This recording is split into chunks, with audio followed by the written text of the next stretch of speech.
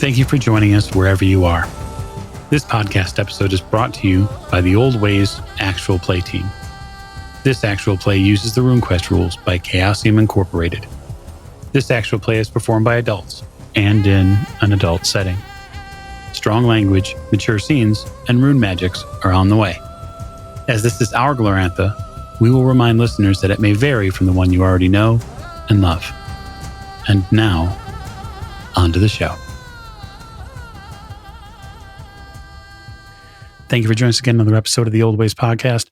I am not your keeper, your storyteller, or your handler this evening because we are back with RuneQuest Glorantha. We're playing with a friend of ours, Stefan, from the Patreon and from the internet at large. And so go ahead and take it away for us, Stefan. Welcome back, everybody. It is indeed my pleasure to guide this group of Sartarite herders through their hopeful adventure and not so much of a misadventure. And we'll, I guess, see if they do eventually return with all their cattle intact.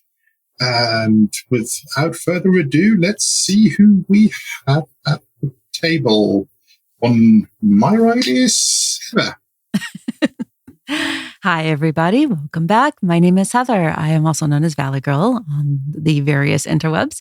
I play Dianis Zor. She is a noblewoman by trade, but that is not all she is, for she is currently hoisting her shield and broadsword in defending the herd against the rather nasty group of rubble runners that we are facing. And I believe that we will be victorious in this. Absolutely. And to Heather's right.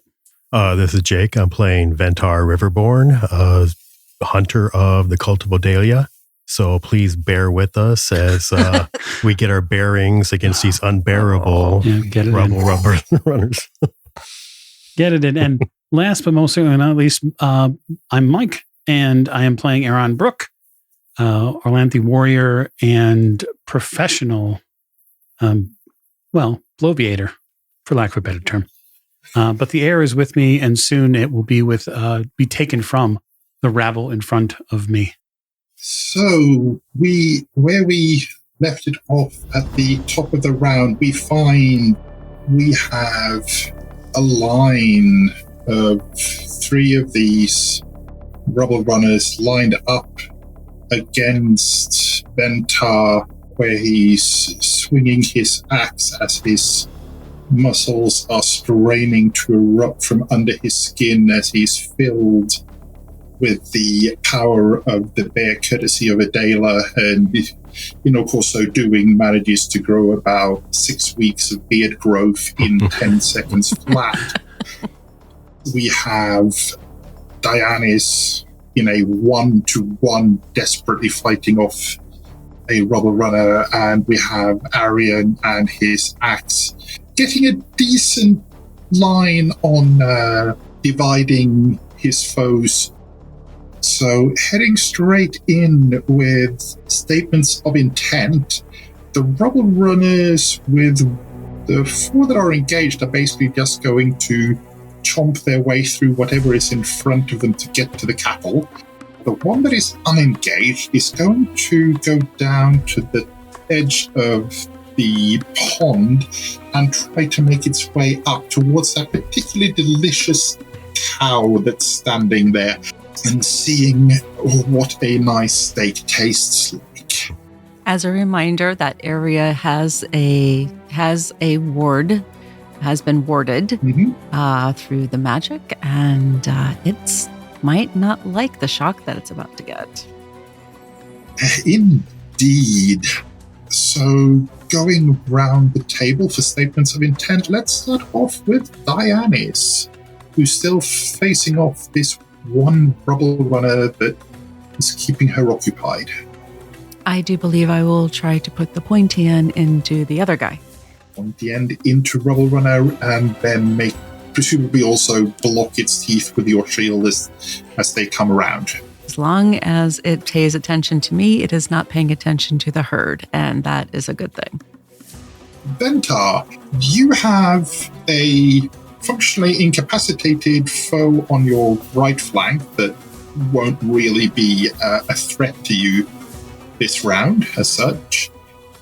You have another one nipping at you on your left flank now, and you have the one further off to your left that is trying to circle around behind you. Whether it's going to try to come in from the rear or whether it's heading for the cattle, you're not entirely sure. Well, I will attempt to lay into the one directly on my left with my axe. Indeed. And since you're now, I believe your strength is doubled with Yes, the bear 24. strength spell, Yes. Arion now just has the one rubble runner he's been valiantly pushing off with his shield as he's been dealing with the other two that tried to be, or were foolish enough to try to attack him. Mm-hmm. I think the last thing to do here is to this little rubble runner is in desperate need to get off my leg armor, which it tried to chew on last round, and meet a fateful end so I can get back to the herd.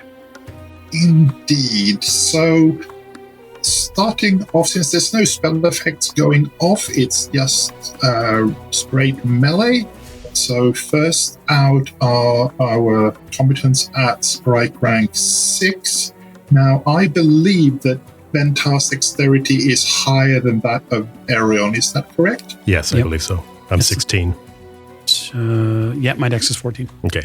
Okay, yeah, that makes sense, since Ventar's dex strike rank is 1 and Arion's is 2, so that makes perfect sense. So, Ventar, why don't you swing your axe and see how far into the ground you can push it? That is 37 under 60. 37 under a 60 is definitely a hit.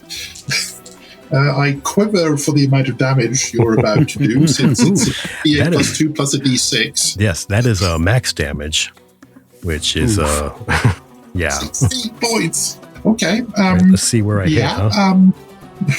19. Ooh, head. To the 19. Yes. So 16 points to the head is what you're telling me. Yeah. Now, first of all, I get to deduct 4 points of armor for the scales. So that's 12 points. As we knew from last time, they have 4 hit points in the limbs. So that is enough to give it 3 times its total hit points in a single blow. That is actually the definition of a severing blow. So you neatly decapitate it as its head goes spinning off and lands, fortunately not in the pond, but quite close. We will get to in line with the cow, at which point we will go ow, ow, ow, ow, ow, as we take 2 points of damage from the warding spell. Warding spell paying dividends. Indeed, and those are general hit point damage, so it comes off the total. Yes, that hurts precious. So the other thing that happens on 6, of course, is Mr. Brook. Let's see what his swinging axe does. Yes, let's see. I mean, that's 37. It's under his axe skill of 45. Absolutely. Roll some damage in a location, please. I would love to. That's 10 points of damage. Ooh.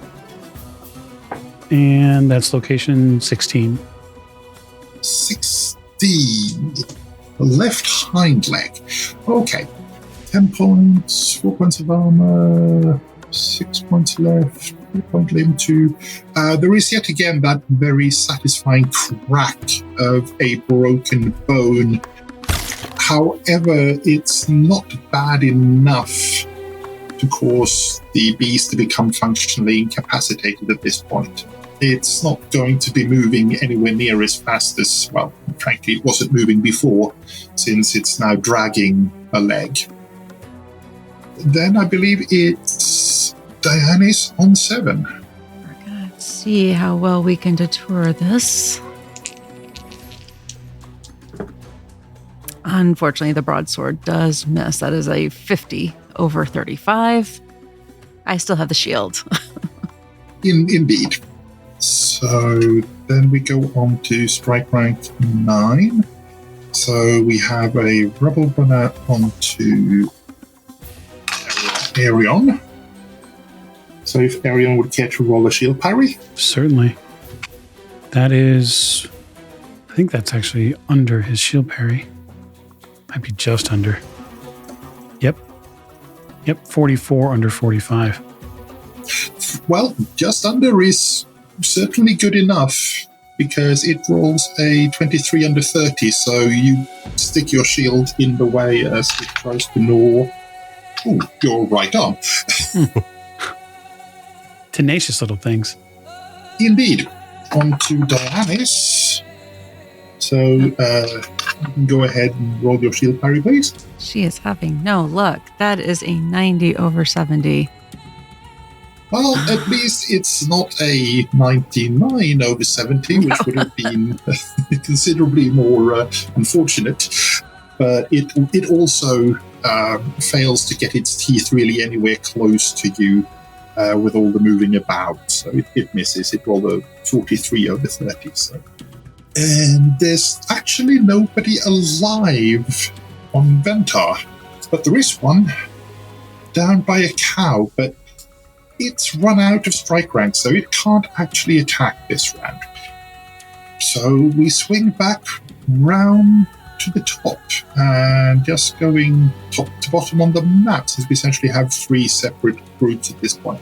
So Arion, your lone opponent. Yeah, my plan is to finish him off. Very good.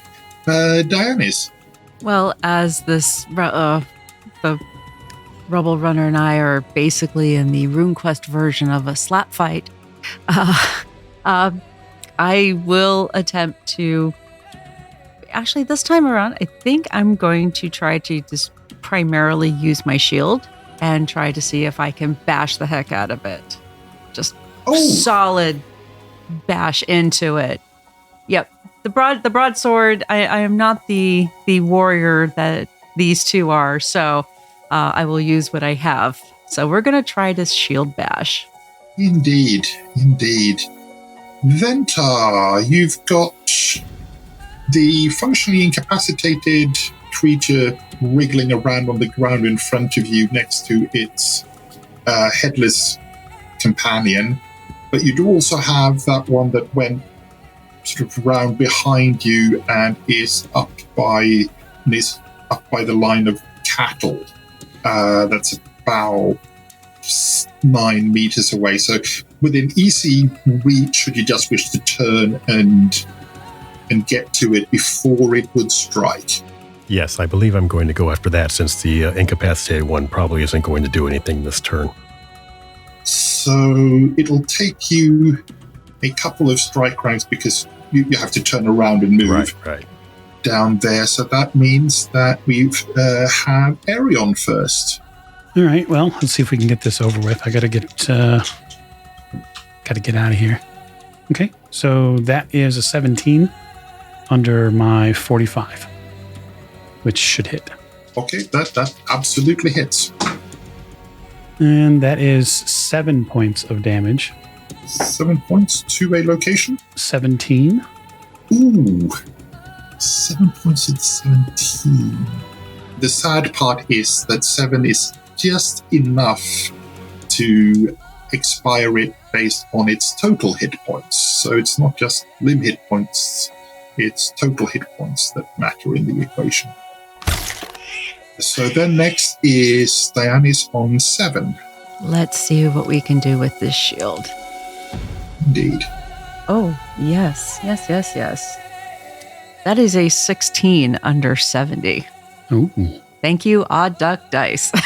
A 16 under 70 is indeed it's indeed a bash, so it's a special. Now, unfortunately, I'm not sure if Dianis has a strength bonus.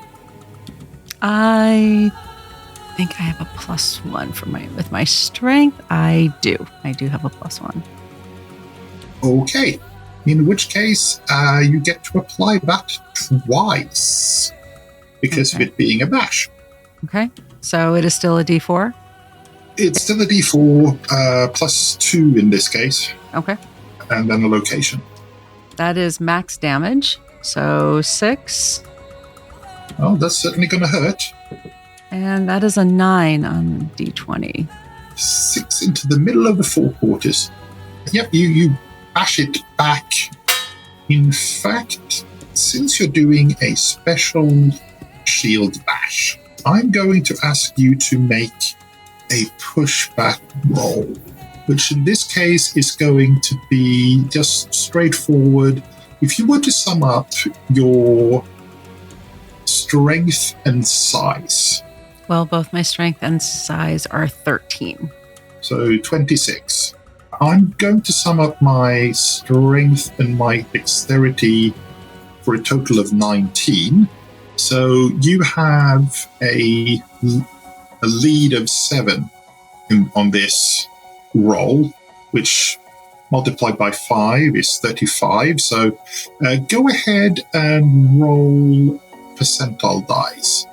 And you're looking to get underneath 50 plus 35. So you're looking to get underneath 85. That is a 71.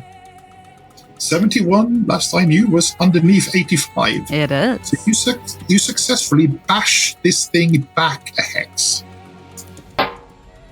And then finally, we come down to Ventar. As you're swinging round into the back of this rubble runner just before it's about to gnarl at this cow. Oh, that is a 6 under 60. Oh, Wow. nice. A 6 under 60. The good news is it's not a critical, but it is a slash.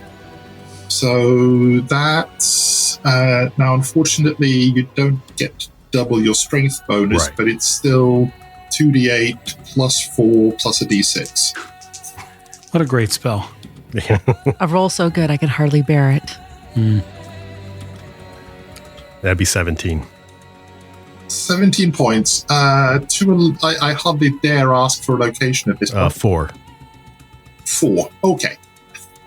That's just going to functionally incapacitate the creature. Well, unfortunately, because it takes off the right rear hind leg right at the hip.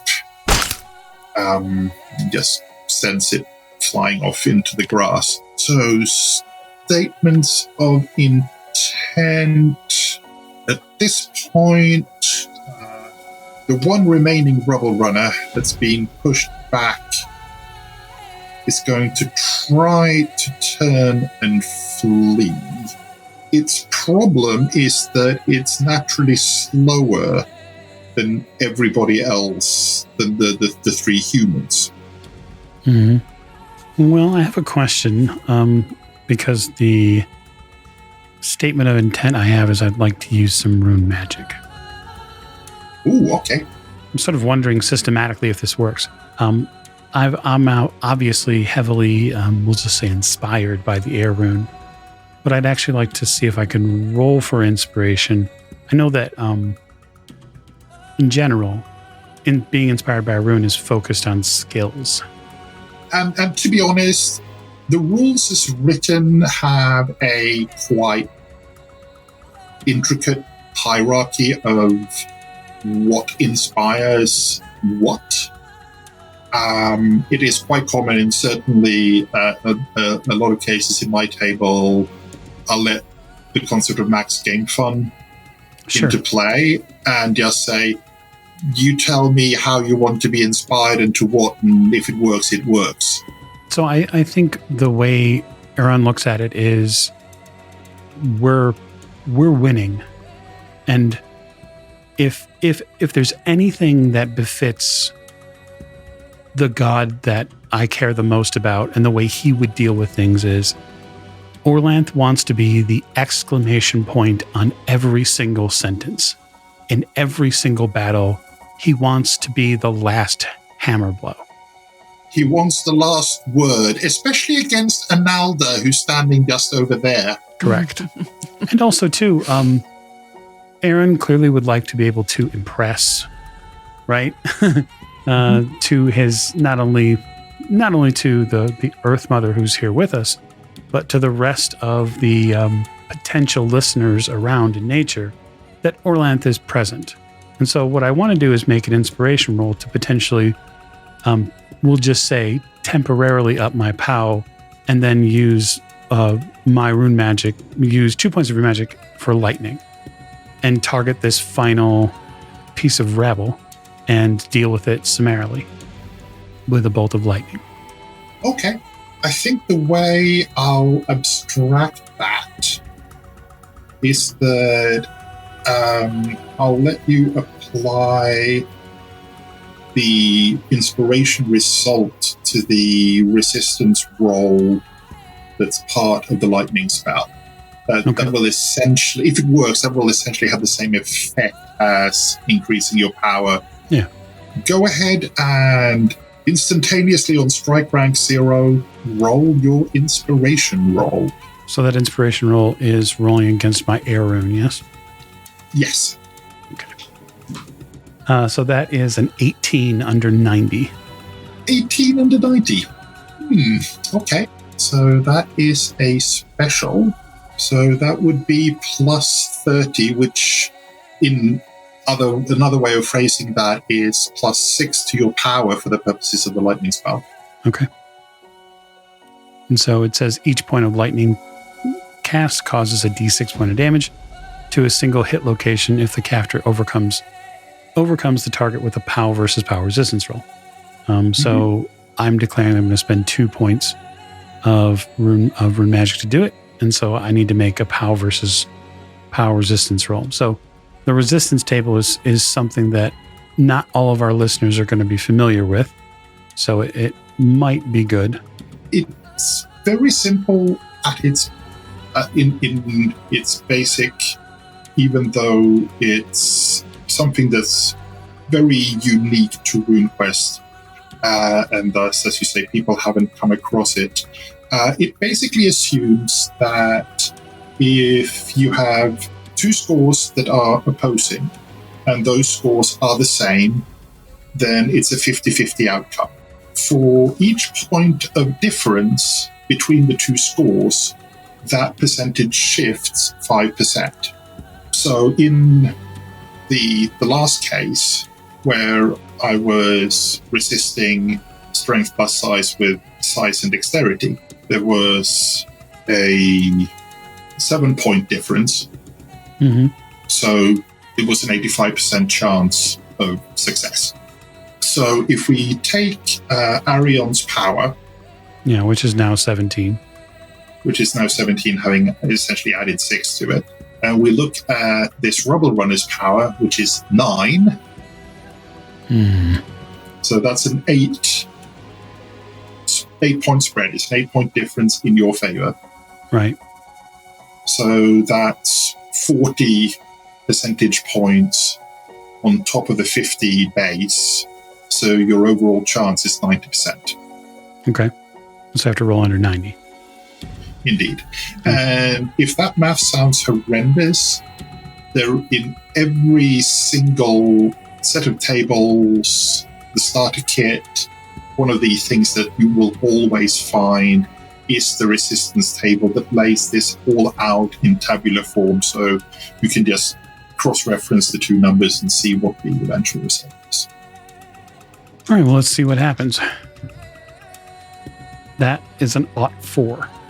That is an ought 4. An ought 4 is strictly speaking a critical against a 90% result. So I see no reason why you're not doing maximum damage on this. Okay. So go ahead and roll a location to obliterate. That's a 10. That's a 10. So we've already established that 10 is the 4 quarters.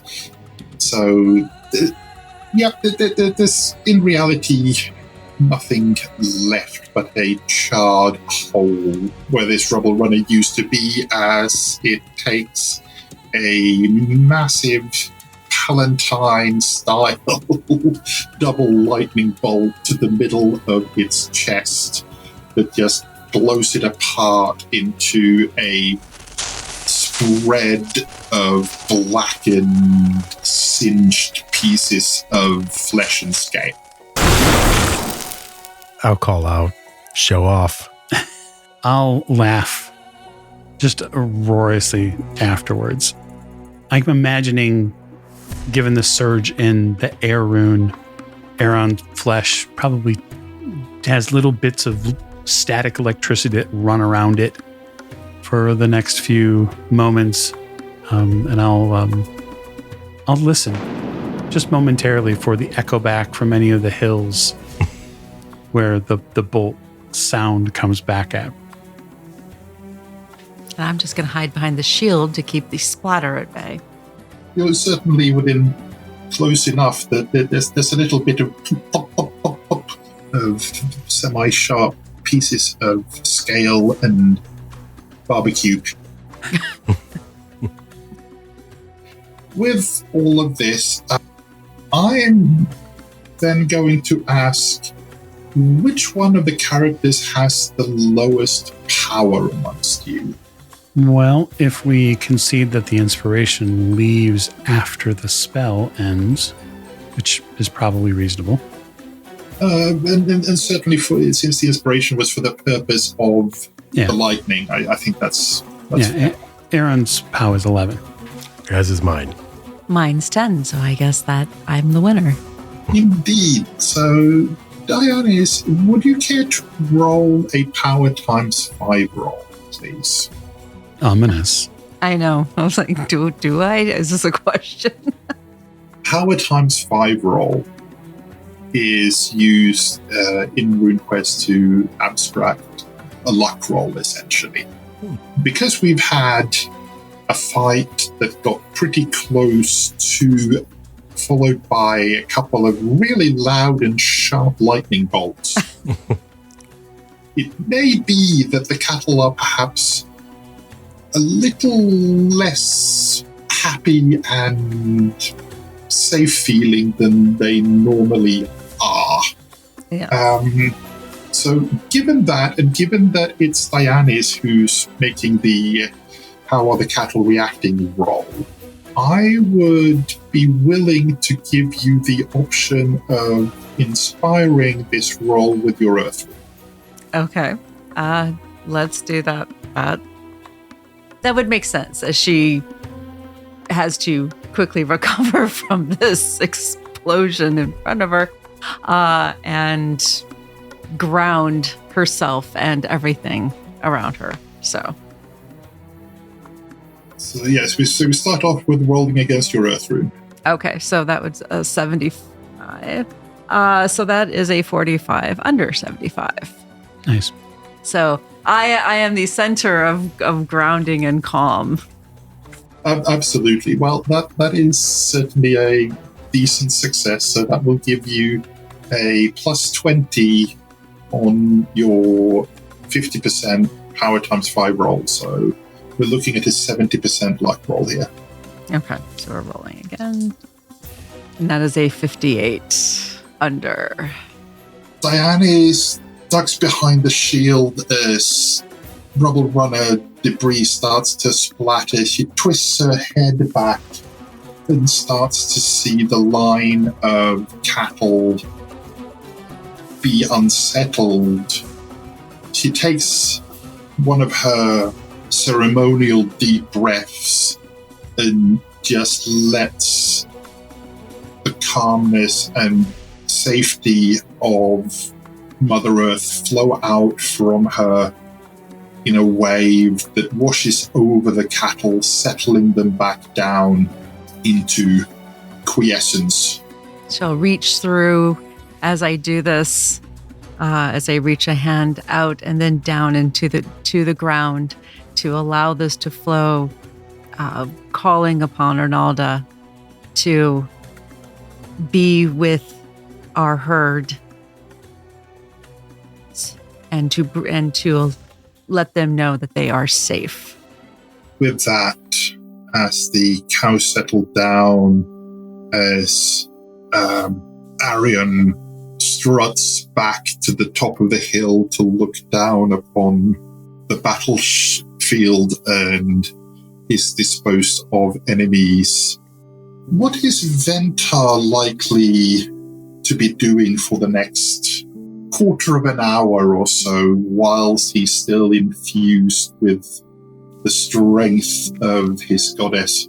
You're probably going to gather the corpses of the Rumble Runners together so he can start cleaning the bodies. Well, and stripping the hide armor off of them, the plates. Mm-hmm. You've got all that strength. You could probably make good use of the extra bearing. Yeah. I mean, he is a hunter, so he naturally is going to want to make use of those skills. Indeed. I would say, I think where I'm going to start is a role called a peaceful cut. So that's under knowledge. Okay, that is a 24 under 25. Ooh. That worked. Indeed. It's a variation of butchery, essentially, but it also comes with its own ritual of making sure that the spirits of the departed butchered animals are suitably directed to wherever they should be directed to. Between your massive strength and inner connection with the land and spirits of the beasts, you make short work of cleaning up the carcasses of the Rubble Runners. In fact, I'm going to say that because there's so many and it was a good enough roll, that you probably do manage to get enough scales that were you to find a good enough blacksmith, probably is enough there to make a scale orbit for somebody. Nice. Very nice. It's not long after that Yelm, having traversed the sky in his fire chariot, heads down across the mountain range to the west and starts his journey down towards the western gates and his eventual return through the lands of the dead to reappear on the morrow at the gates of the east. I would like to do one thing real quick before we lose all of our light. While the bodies are being gathered and prepared, I would like to set up a small altar on the edge of camp. And once most of the bodies are prepared and stripped of their scales and whatnot, to choose what would be considered probably one of the choicest cuts of meat and roast it over the fire as the rest of them are being prepared and things cleaned. Well spiced, heavily spiced, almost to a point where for the rest of us who might, if we were to partake of this, would probably be way over the top. But as the meat roasts, have it roast to basically the point of char where it is almost a smoking mass, like eye-wateringly smoky. And then that would be presented onto the altar, and thanks would be given to our various deities for their assistance and their protection and ongoing blessings that they present to us. And that way the smoke coming up off of this charred, heavily spiced meat would actually reach them and our ancestors.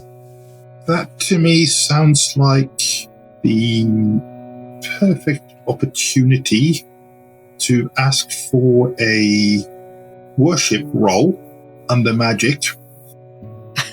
Worship of fire. Okay. Well, that's a 7 on the die. That's an odd 7 on the die off a 5% skill. So I would just say, seeing Dianus go about this, I can't possibly be left out. Perhaps that's the Orlanth in me, but I'd like to accompany her work with music. Ooh, Oh. perfect. Indeed. I don't need to be necessarily always the focus, but I would like to be present. So he says. Yeah, Yeah. right. Yeah. Not buying this. But that's okay. I appreciate the Just background music. Absolutely. You could go for vocals or singing, or you could be playing the chosen instrument. I was thinking perhaps like a flute or a lute of some sort. Would seem to be a wind instrument. Suitable for a follower of the Storm God. I got a 20% skill. I can try to play backing music for you. It's a 16. Nice. So it's 16 under 20. Oh, this is real. You rolled a 7? Mhm. Yeah. Dianis? yes.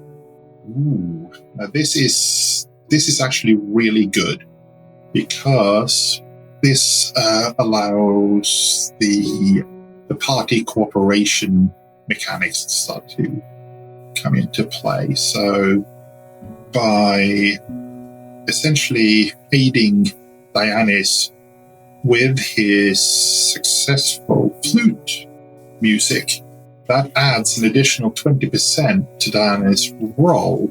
Since that was already at plus 20 from the ongoing effect of the Earth Rune inspiration, that means that her roll was up at 45. So that now makes the 7 a special. Oh, Oh, nice. So Dianis is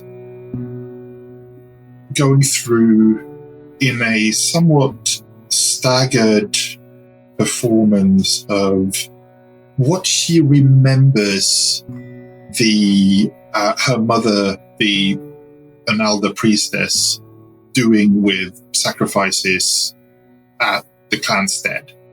And there's a couple of times where she falters just a little bit, trying to remember what comes next. And it just so happens that Arion has picked a tune that is the Orland's backing vocal to the particular ceremony that Dianis is trying to reenact. And in doing so, it gives Dianis that extra focus and flow such that she finishes out the ritual and the dedication flawlessly. As a result, I am going to ask Dianis to roll a d2. ooh. That is a 1. Even though you are out just in the random bounty of the lands of the Nami Valley, half a day's march away from the stead, the land still listens. Analda is still there, and you regain 1 Analda rune point. Yes. As there is the end of the ceremony is not quite interrupted by the loud snore from a thicket where I suspect Ventar has gone to sleep off the after effects of coming down. He's hibernating. It takes a lot of energy to bare your arms. Right, yeah. It does. Yeah, he's barely there right now. That's right. And as you've already prepared the campfire, you settle down for the night. I'm going to assume that you keep up a watch rota of some kind. Yeah, absolutely. It is a pleasant and quiet, albeit there is still the disturbing light of the red moon. And as the night passes, the moon slowly turns its face and moves from quarter to half.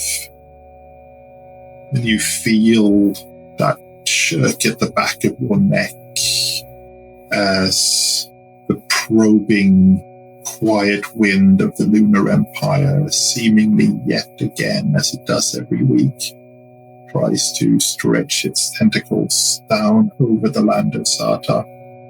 But apart from that, and a few rain showers that pass quickly through on the Zephyr breezes, it is a quiet night.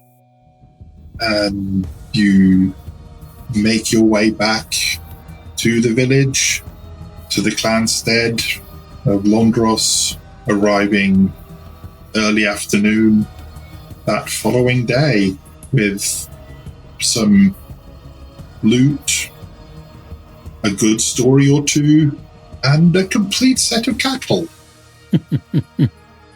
Fantastic. All of which are definitely points of success. And as Arion is well aware, there really is no bounty greater than a good story. That's right. That's right. Wait till I tell all the people back at the village about the amazing work that we were all able to do, whether it be Ventar ripping apart these creatures with his bare hands, his powerful grasp, or whether it was Dionysus' work to protect the herd while the power of Orlanth was filled and felt all over. And his lightning even walked among us. All of this while allowing everyone to feast on a delicious meal of Rubble Runner. Well, I think that it would be well within our, probably something that we would do. And I'd make sure that the families here had those who perhaps didn't have enough, or perhaps were struggling a bit. We're going to help those people amongst our tribe out first. Yeah, provide them some food. Yeah, absolutely. Yes.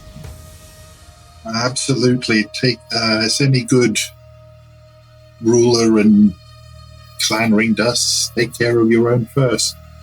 That evening, as you're making your way out of the Great Hall to your various steads, your gaze is drawn to a hill just north of the steading, where in the rose light you see standing oddly still an unusual form, and it's with the drawings of those sketch marks into the sketchbook that I think we will draw an end to the opening day in the lives of our proto-heroes. Fantastic. Well, thank you so much, Stefan, for all your work, helping us experience RuneQuest for the first time. I had an absolute blast. I'm sure everybody else did, but I'll let them speak for themselves. Absolutely. Yeah, I'm really excited. I'm really happy with how this went and how this rule system is set up. I like it. I think we're going to try to make use of this. Yeah. I mean, you don't buy books for no reason. That's right. But well, but certainly it would be good for us to dip our toes in and just see how the water is. And I think we had a good time. Thanks in part to your storytelling and being able to get in and get a handle on sort of how RuneQuest feels. I think the group here has a pretty good feel for the narrative side, and we'll continue to read up and enjoy. It's been an absolute pleasure and an honor to be able to provide a little bit of the flavor of the wonder that is Glorantha. Hopefully help to, as it were, spread the cult lore a little bit. And we all worship in different ways. So for the old ways part, I'll just say thanks for listening. And if you're interested in playing RuneQuest, certainly the folks at Chaosium can help you find your way. The Johnstown community is there for you as well if you're looking to add on. And I don't think that this will be the last time you hear RuneQuest on this show. But if you are interested in hearing us play more RuneQuest, I'd love to hear it. Talk to the show on any of our various social media platforms, or just by simple email is fine too. But for tonight, I'll just say good night.